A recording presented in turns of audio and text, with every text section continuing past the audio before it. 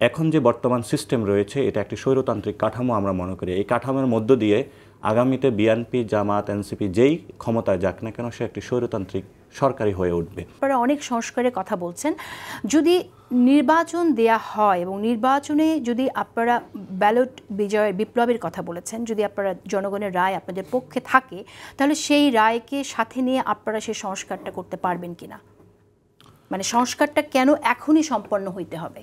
আমরা দেখেছিলাম যে ইন্ডিয়ান মুসলমানদের উপর ওয়াকফ বিল করে যে ধরনের একটি নির্যাতন চালানো হয়েছিল, সেখানে আমরা ব্রিটিশরা যেভাবে আমাদের উপর নিপীড়ন করেছিল, হিন্দুত্ববাদী শক্তি সেই একই নিপীড়নের পথ কায়দা বেছে নিয়েছে।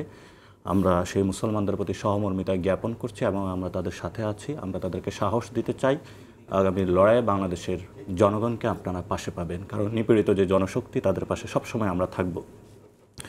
সে একই ধারাবাহিকতা 1947-এর ছিল, 1971 সালের ছিল, 1992-তে ছিল, 1990-তে ছিল, এবং সে ধারাবাহিকতায় একই প্রজন্মের লড়াইয়ে আমরা শরিক হয়েছি 2024-এ, যেখানে একটি গণঅভ্যুত্থান হয়েছিল, মানুষ ফেসিবাদী ব্যবস্থার বিলোপ করেছিল এবং স্বৈরতন্ত্রের বিরুদ্ধে যুদ্ধ ঘোষণা করেছে, যে যুদ্ধটি আজও চলমান রয়েছে। আমরা স্বৈরতন্ত্রের রাষ্ট্রীয় কাঠামোতে রাজা বিদায় বা রানী বিদায় হয়েছে, কিন্তু কাঠামোগত যে বিন্যাসগুলো এখনও রয়ে গিয়েছে।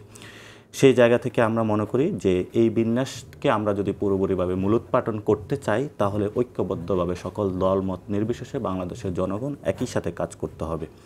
সে কাজ করার মধ্যে যে প্রক্রিয়াগুলো রয়েছে সেই প্রক্রিয়াগুলোর মধ্যে একটি ডেমোক্রেটিক প্রসেসের মধ্যে ব্যালট একটি প্রক্রিয়া রয়েছে।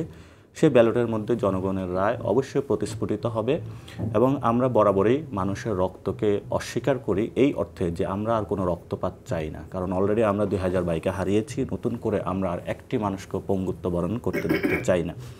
সেই জায়গা থেকে গত 15 বছরে যাদের গুম করা হয়েছে, খুন করা হয়েছে এবং যারা ব্যালটের জন্য যুদ্ধ করেছিল, আমি তাদেরকে স্মরণ করছি। তারা বিএনপির কর্মী হোক, জামাতের কর্মী হোক, যে দলের হোক, আমরা মনে করি একই লড়াইয়ের একই অংশীজন আমরা।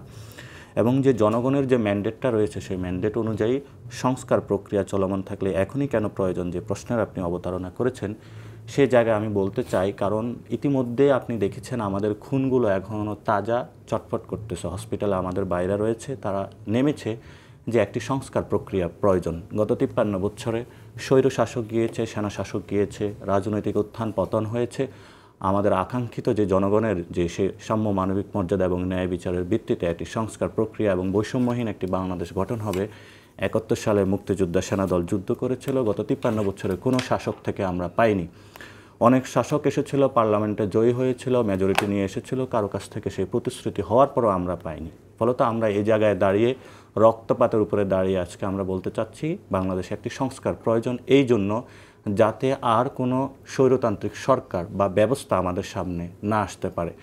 এখন যে বর্তমান সিস্টেম রয়েছে এটা একটি স্বৈরতান্ত্রিক কাঠামো আমরা মনে করি। এই কাঠামোর মধ্য দিয়ে আগামীতে বিএনপি, জামাত, এনসিপি যেই ক্ষমতায় যাক না কেন সে একটি স্বৈরতান্ত্রিক সরকারি হয়ে উঠবে। যতই সংস্কার করেন না কেন, এর আগেও তো আমরা দেখেছি বিভিন্ন সময় সংস্কার হয়েছে। একটি দল যদি চায় তাহলে তো আসলে তাকে আপনি ফ্যাসিজম থেকে আপনি আটকাতে পারবেন না শুধু সংস্কার দিয়ে। তখন ওই প্রতিরোধটা, জনপ্রতিরোধটা আবারও প্রয়োজন হয়ে পড়বে। তাহলে কি আপনি এটা সংস্কার হলেই, এটা একটি কথা অনেকেই বলে, বিরোধী পক্ষ বলে যে আপনাদের সংস্কারের কথাটা এজন্যই বলা হচ্ছে, বিচারের কথাটা এখন এজন্যই বলা হচ্ছে যাতে করে নির্বাচনকে প্রলম্বিত করা যায়, পিছিয়ে দেওয়া যায়। সেই যুক্তিটা আপনি কি করে খারিজ করবেন? সেটা আমরা সারফেস লেভেলে গত সেনা শাসকগুলো কাজ করেছিল, অন্যান্য রাজনৈতিক দলগুলো যারা ক্ষমতায় এসেছিল। তা আমরা মনে করি নতুন যদি বন্দোবস্ত আপনার করতে হয়, বেসিক জায়গা হলো কনস্টিটিউশন যদি আপনি ভালো মতো মেক করতে পারে ওইটা অনুযায়ী কিন্তু বাকি জিনিসগুলো করা পসিবল। তা আমরা সকলেই কথা বলি কিন্তু কনস্টিটিউশন প্রশ্নে আমরা নিশ্চুপ। আমরা মনে করি যদি আমরা একটি ভালো কনস্টিটিউশন বানাতে পারি তাহলে যে কনস্টিটিউশন আমাদেরকে রক্ষা করবে।